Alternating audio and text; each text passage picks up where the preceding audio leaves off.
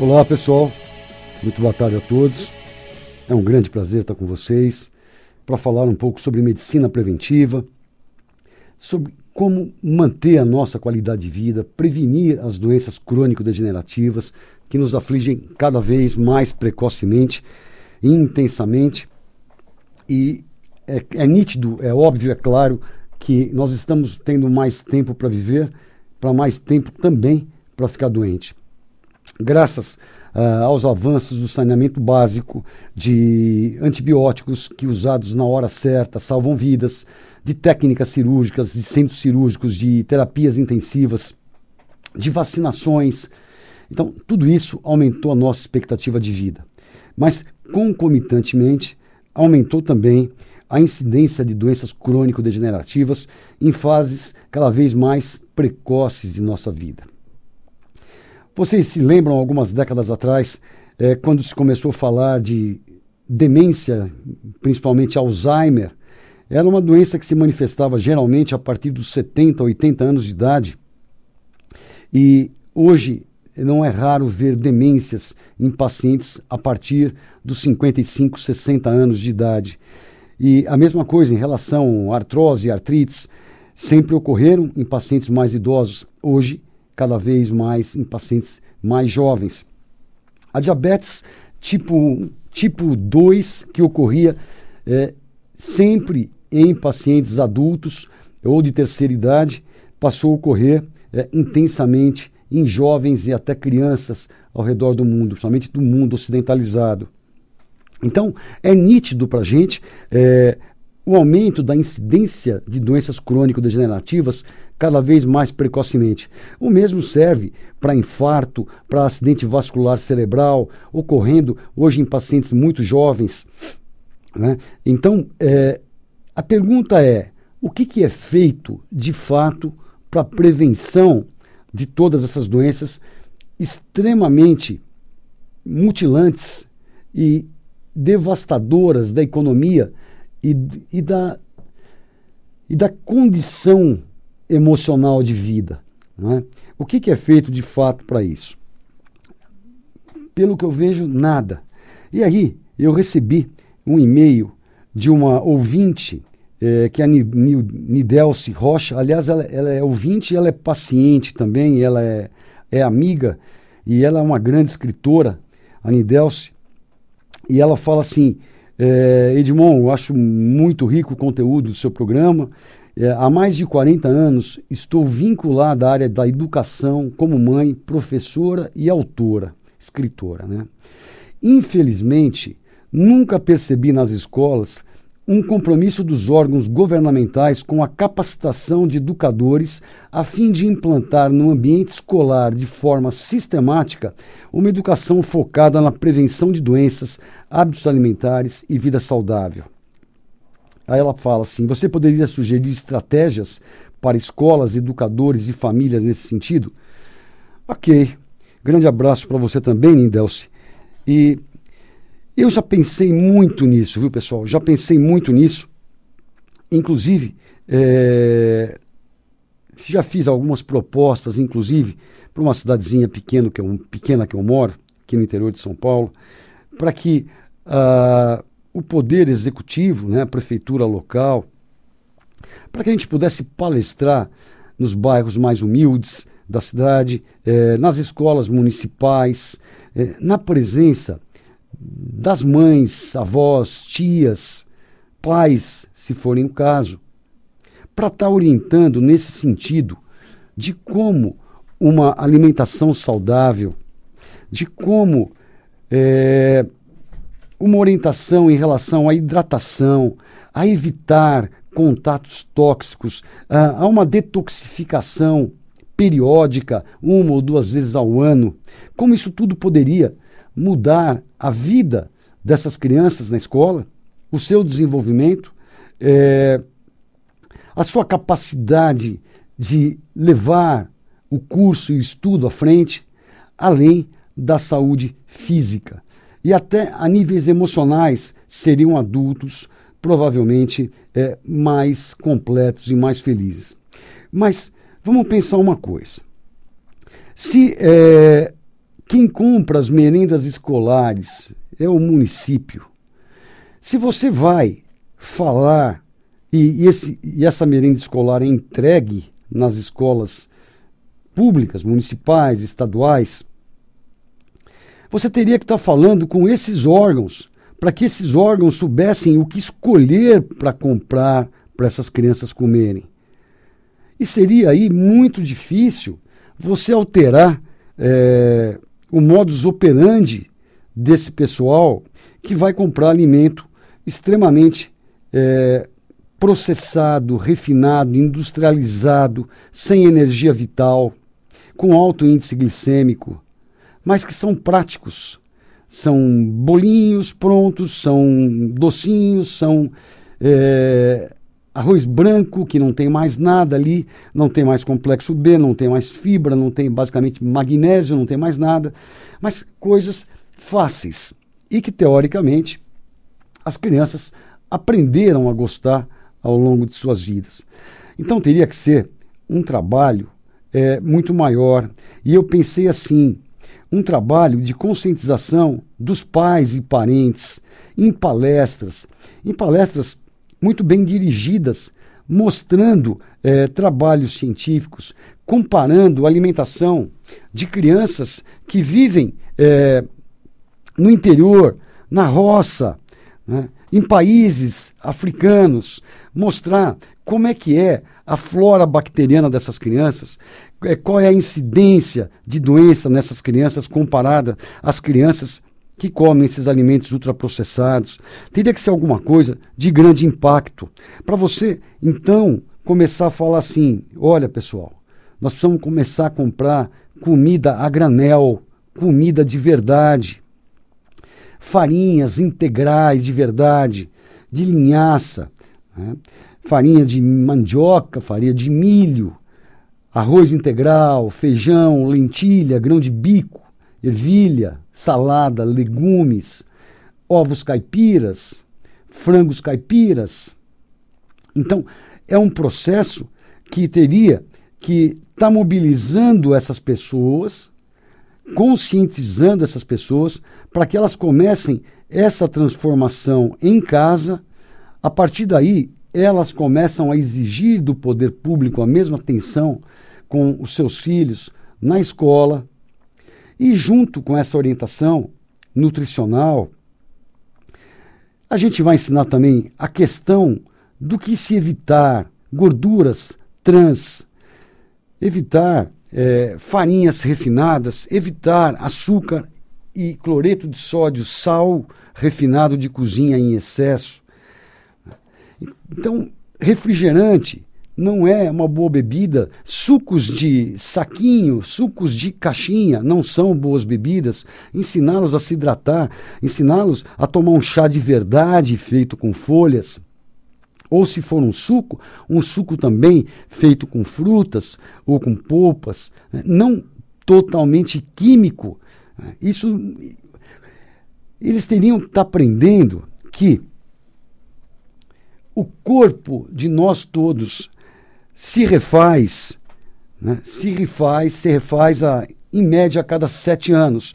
Tem tecidos que se renovam muito mais rápido, como as células, por exemplo, do nosso tubo digestivo, em questão de dias.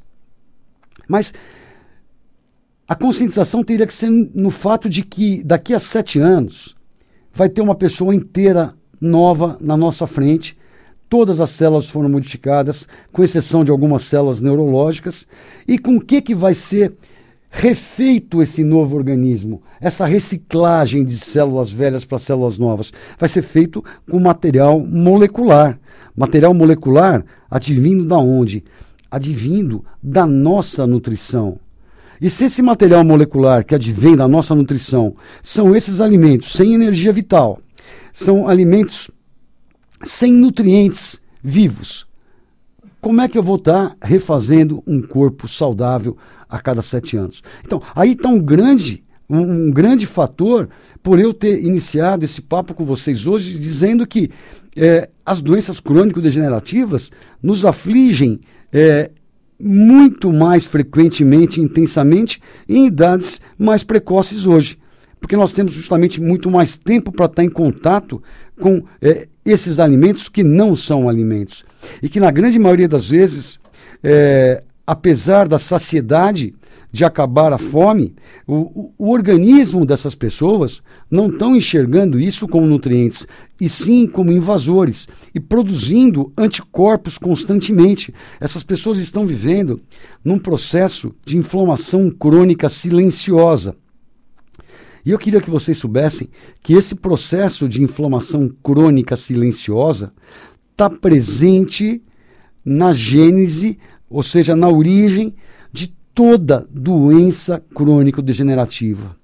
Até mais, porque essa inflamação crônica silenciosa ela nunca anda sozinha.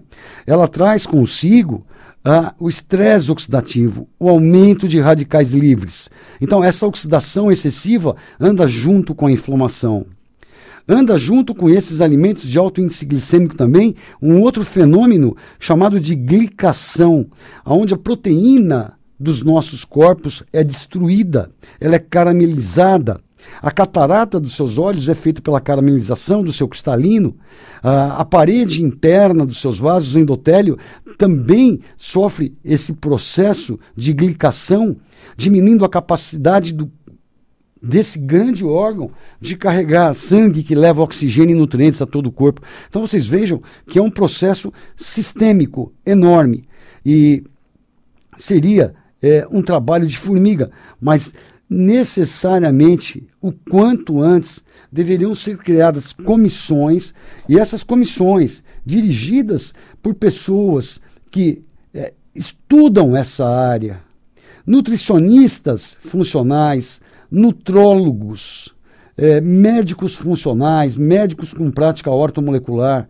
Tem que ser acabado de vez com essa questão de preconceito, onde tudo é resolvido com uma droga, com um medicamento. Nada se resolve, aliás, só se remedia sintomas, não se previne absolutamente nada. Porque fomos levados a crer que a única coisa que tem o poder de curar são as drogas farmacêuticas. E nada mais. Isso é como se fosse uma lei, né? Então, é um trabalho realmente que tem que ser iniciado e vai ser um trabalho difícil. Mas, com certeza, os resultados disso, a médio e longo prazo, seriam fantásticos.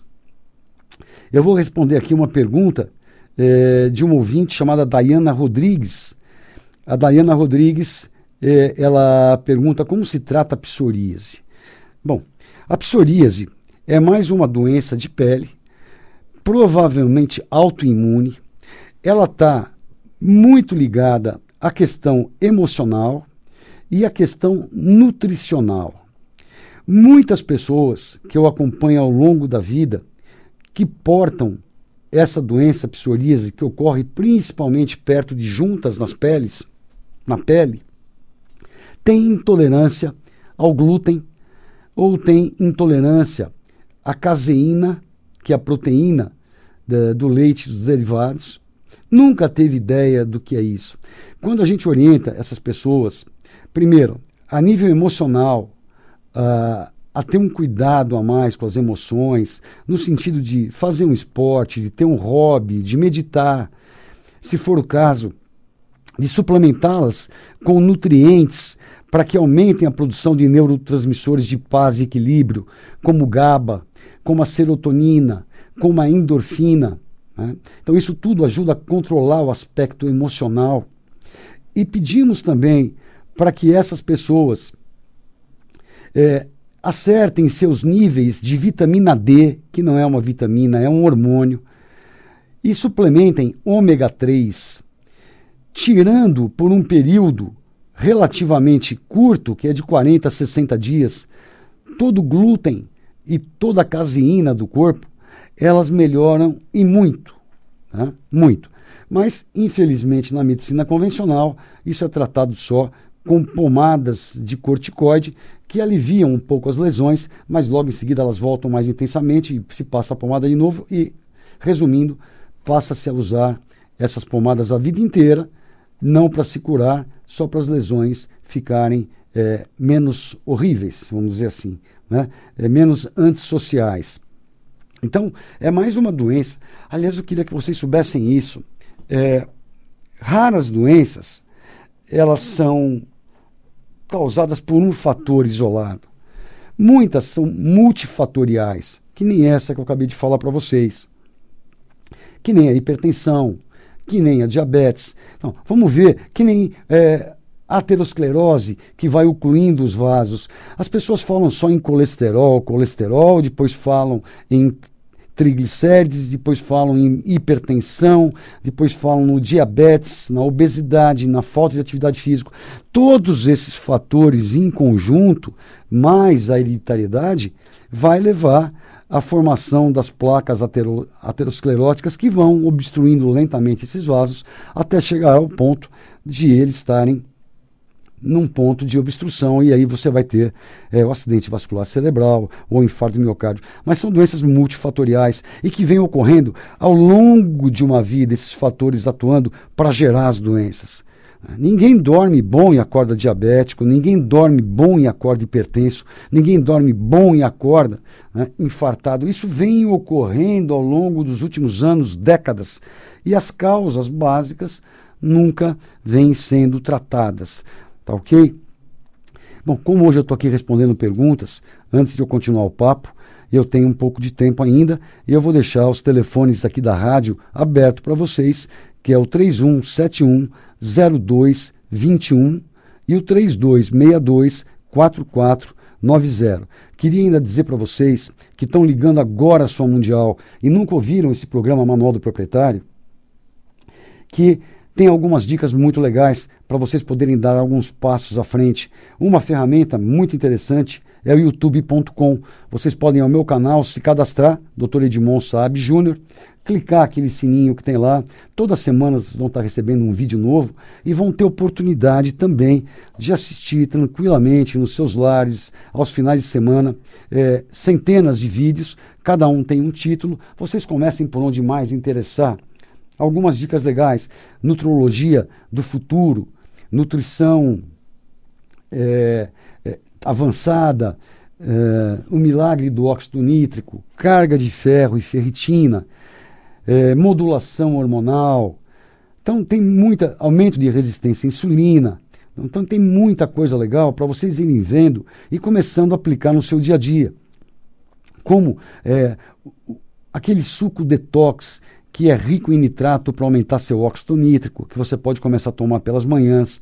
Dicas e aprender a como se livrarem de uma quantidade de toxinas que invadem esse nosso organismo no dia a dia. E para vocês terem uma ideia, invadem por todas as vias.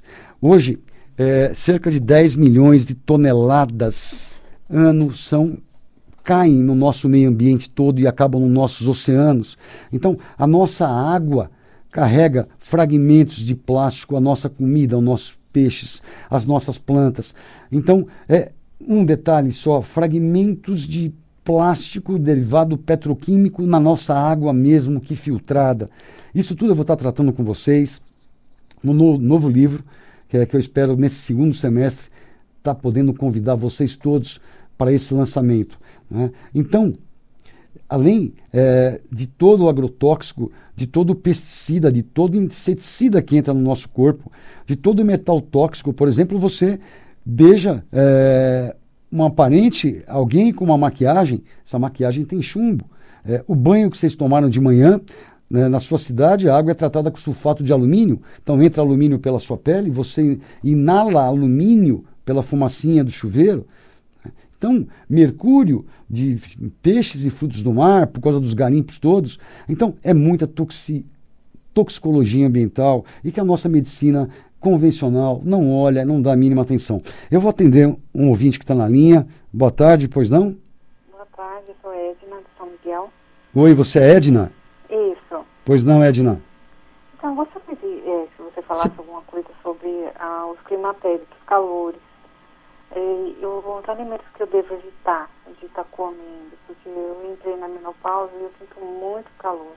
Tá legal. Então você faz um favor para mim. Você pode me ouvir pelo rádio, tá? Obrigado pela sua audiência e eu vou te responder. Tá ok? Obrigada. Você encontra também esse assunto no youtube.com, se você for no meu canal. Tem vários programas que eu falo inteiros sobre isso, tá? Porque agora nós não vamos ter muito tempo, mas ali você pode assistir, Edna. E você e todos mais que estão nessa situação. O climatério ocorre... O que é que a gente classifica como climatério? Um ano sem menstruações. Muito bem. Acontece uma queda abrupta da produção de estrogênio nas mulheres, um hormônio de predominância feminina, e uma queda muito grande também de um outro hormônio chamado progesterona. Em função da queda abrupta desses hormônios, uma série de sintomas vasomotores são apresentados, como ondas de calores, que chamam de fogachos, ocorrem principalmente à noite, mas de dia também. Irritabilidade, insônia, fadiga, depressão. Muito bem. Então, se a pessoa tem a oportunidade de fazer uma terapia de reposição hormonal bioidêntica através da pele, com doses fisiológicas baseadas em exames de laboratório, eu acredito que vai ser a melhor saída, porque os estudos mostram que as pessoas que fazem essa terapia de reposição hormonal bioidêntica, nesse período perimenopausa, que seria 3 anos antes da última menstruação, até 5 anos depois dessa última menstruação, elas colhem os efeitos em termos de densidade óssea, de massa muscular, de prevenção de doença cardiovascular, infarto e AVC, lá na frente, com 80 anos. Então essa é a fase mais importante para fazer. Porém, muitas pessoas não têm a possibilidade de estar fazendo esse bioidêntico, e para fazer a reposição hormonal sintética de farmácia que existe aí para todas as mulheres do planeta, que se utilizam de equilina, né, hormônio derivado de urina de água prenha, tem estudos já mostrando que eles são muito mais tóxicos do que eficientes. Então, eu prefiro que se faça a terapia de reposição hormonal através da pele, com hormônios bioidênticos baseados nos exames de laboratório em doses muito fisiológicas. Se por acaso a pessoa não tem condições de fazer, porque ela tem uma história familiar de muitas pessoas com câncer de mama, com câncer de útero, alguma coisa assim, que a impeça, existem fitoterápicos, plantas que ajudam muito nesses sintomas. Eu gostaria que você experimentasse usar chá de flor de amora, uma planta chamada Sinífuga racemosa, ela ajuda muito nisso, isoflavonas de soja, red clover. Então essas plantas ajudam bastante, podem ser formuladas em cápsulas e elas ajudam bastante quem não tem a oportunidade de fazer a terapia de reposição hormonal. Tá ok, gente? Uma outra dica importante é o site do Simp Saúde. Simp Saúde, Centro Integrado Medicina Preventiva, saudejunto.com. O youtube.com, Dr. Edmond Sabe Júnior, cadastro no programa, vocês podem ver tudo isso, anotar com calma, pesquisar e colocar em prática. Tá ok? Bom, nosso papo é muito bom, nosso tempo voa, eu quero desejar uma ótima semana a todos, um super abraço. Terça-feira que vem, tamo juntos, pessoal. Tchau, tchau.